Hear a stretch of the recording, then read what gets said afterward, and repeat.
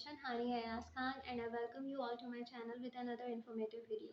जैसे कि आप सबको पता है कि बहुत सारे ममालिक में आज बकरीद हो चुकी है और कुछ कंट्रीज़ में कल बकरीद है, इंक्लूडिंग पाकिस्तान।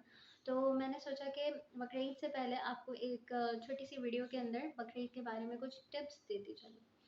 जब हम बकरीद का नाम लेते हैं तो हमारे जहन में क्या आता है? हमारे जहन में आता है इट्स ऑल अबाउट गोश्त, क्योंकि कुर्बानी होती है, हमारे अपने घर में भी गोश्त होता है और बाकी जगहों से भी आ रहा होता है। अब ये जो मीट है, आइदर आप बीफ की बात करें या मटन की, इसकी हमारी डाइट में क्या इम्पोर्टेंस है? मीट एक बहुत अच्छा सोर्स है अगर हम मैक्रोन्यूट्रिएंट्स में बात करें प्रोटीन का। इसके अंदर प्रोटीन बहुत अच्छी क्वांटिटी में मौजूद होता है।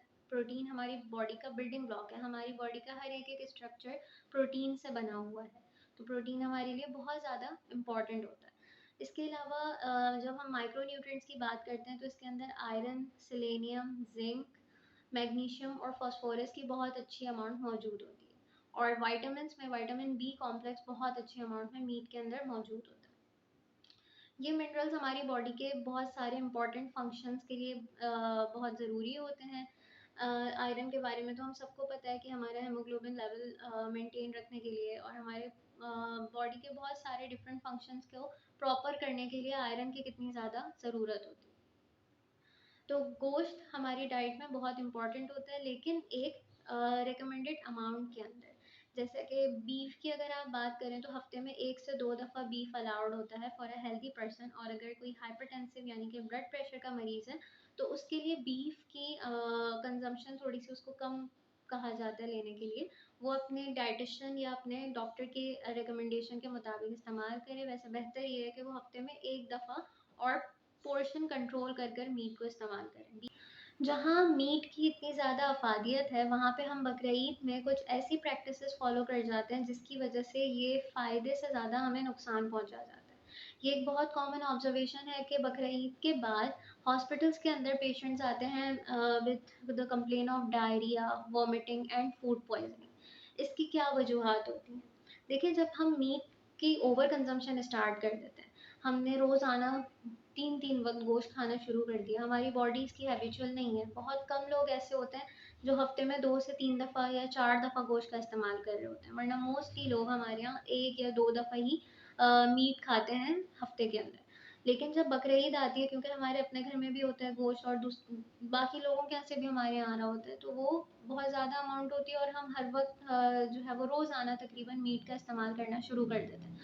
हमारी बॉडी इस चीज़ की हैबिचुअल नहीं होती और जब आप अचानक से उसको मीट इतना ज़्यादा इंट्रोड्यूस करवा रहे होते हैं, तो वो ज़ाहिर है कि वो एक नई चीज़ के ऊपर हमारी बॉडी रिएक्ट करती है और उसी के नतीजे में ये अक्सर लोगों को वॉमिटिंग और डायरिया वगैरह का मसला हो जाता है। इसके अलावा मीट की हैंडलिंग, इम्प्रॉपर हैंडलिंग बहुत ज़्यादा कॉज़ करती है फूड पॉइज़निंग। जैसे कि आपने गोश्त को हाथ लगाया, जो अनकुक्ड मीट है, बगैर पका हुआ कच्चा गोश्त, उसको आपने हाथ लगाया और वही हाथ आपने पके हुए गोश्त को लगा लिया, या पका हुआ अगर गोश्त पक भी रहा है, वो ऑलमोस्ट रेडी है और आपने उसके बर्तनों को हाथ लगा लिया, तो भी वहाँ से जो अनकुक्ड मीट है उसके अंदर बैक्टीरियाज मौजूद होते हैं। हमें नहीं पता हमारा जो जानवर था उसने क्या खाया था कुर्बानी से पहले, या वो क्या खाता आ रहा था। वैसे भी मीट के अंदर कुछ बैक्टीरियाज मौजूद होते हैं, तो वो फिर कंटेमिनेशन हो जाती है अनकुक्ड मीट से कुक्ड मीट के अंदर। इसी तरह ये होता है कि हमने एक नाइफ से गोश्त को काटा और उसी नाइफ या वही कटिंग बोर्ड यूज़ कर लिया सब्जियां काटने के लिए। तो ये भी बहुत गलत प्रैक्टिस है। इससे भी क्या होता है कि देखिए, मीट को आप कुक कर रहे होते हैं एक प्रॉपर टेम्परेचर तक, एक हाई टेम्परेचर तक। उतने टेम्परेचर पे जो है गोश्त के अंदर मौजूद बैक्टीरिया ज़्यादा से ज़्यादा किल हो जाते हैं, ख़त्म हो जाते हैं। लेकिन अगर आपने गोश्त जिस नाइफ से कट किया था उसी नाइफ से आपने जाके सब्ज़ी काट ली, वो सब्ज़ी आप उस टेम्परेचर पे कुक नहीं करेंगे जिस टेम्परेचर पे आपने गोश्त को कुक करना है। ऑब्वियसली सब्जियों को हम लो टेम्परेचर पे कुक करते हैं, तो उस टेम्परेचर पे वो बैक्टीरियाज उसमें से ख़त्म नहीं होते हैं और ये भी एक मेन रीज़न होता है फूड पॉइजनिंग का। फिर फूड हैंडलिंग में ये भी आ जाता है कि आप फ्रिज के अंदर गोश्त को किस तरीके से रख रहे हैं। हमेशा अनकुक मीट को फ्रिज के सबसे नीचे वाले कंपार्टमेंट में रखना चाहिए, ताकि उसके अंदर से अगर पानी गिरे या कोई भी उसके अंदर से फ्लूइड्स निकले, तो वो हमारे कुक्ड फूड के ऊपर या हमारे ऐसे फूड जिनको हम लो टेम्परेचर पे कुक करते हैं, जैसे जिसके अंदर हमारी सब्जियां आ गई या हमारे फ्रूट्स वगैरह जो फ्रिज में रखे होते हैं उसके ऊपर वो पानी ना गिरे और वहाँ पे कंटेमिनेशन ना हो। लोग ऊपर वाले कंपार्टमेंट में जो है गोश्त रख देते हैं अनकुक मीट, उसकी वजह से भी कंटेमिनेशन होती है और ये भी एक रीज़न होता है फूड पॉइजनिंग का। फिर हम बात करते हैं कुकिंग मेथड्स की, कि आप किस तरह से गोश्त को पका रहे हैं, क्या आप तरीका इस्तेमाल कर रहे हैं और वो कितना हेल्दी और कितना अनहेल्दी।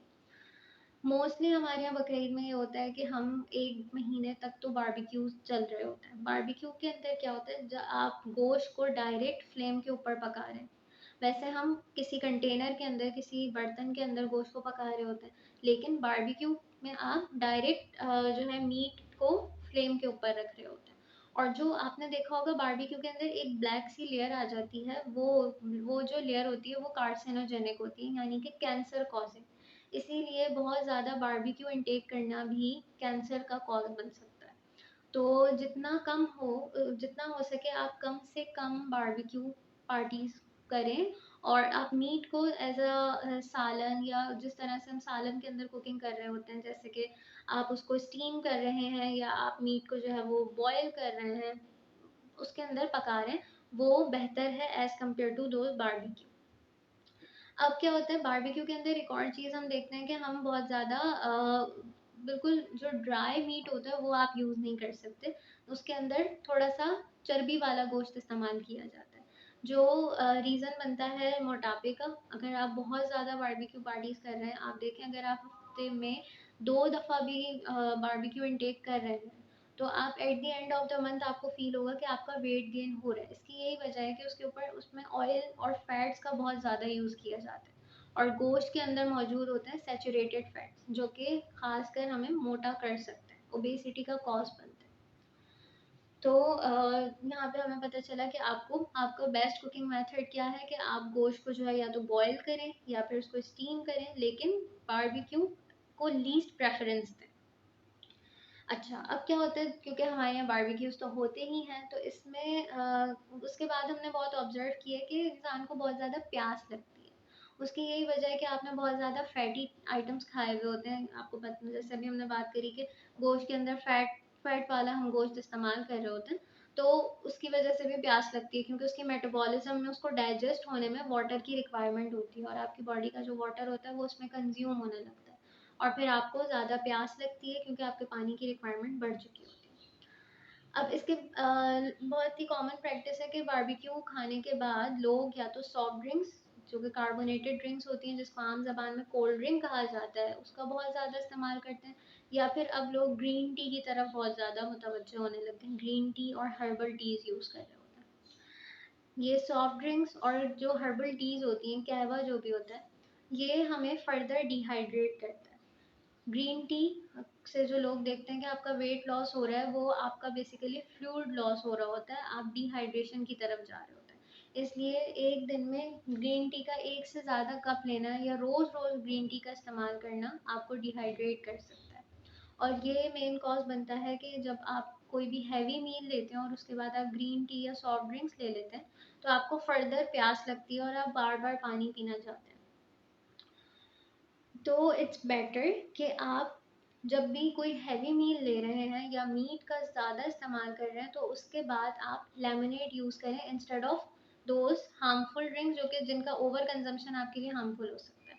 तो आप लेमनेड यूज़ करें, आइदर मिंट लेमनेड और सिंपल लेमनेड, क्योंकि लेमन जो है वो आपके मेटाबॉलिज्म को फास्ट करता है, डाइजेशन को भी फास्ट करता है। तो जो आपने हैवी मील लिया है वो जल्दी हज़म हो जाएगा लेमनेड के साथ, अगर आप उसको लेंगे।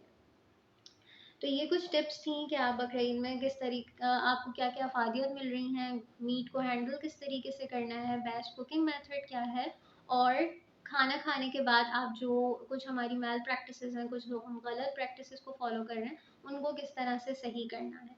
I hope you found this video helpful और आपको इससे नॉलेज मिली होगी। आप इसको इम्प्लीमेंट भी करें, क्योंकि सिर्फ नॉलेज ले लेना इज़ नॉट द थिंग। आपको उस चीज़ को अपने ऊपर जब तक आप इम्प्लीमेंट नहीं करते, वो किसी फ़ायदे की नहीं है। तो आई होप कि आप सब इन चीज़ों को अपने ऊपर इम्प्लीमेंट ज़रूर करेंगे।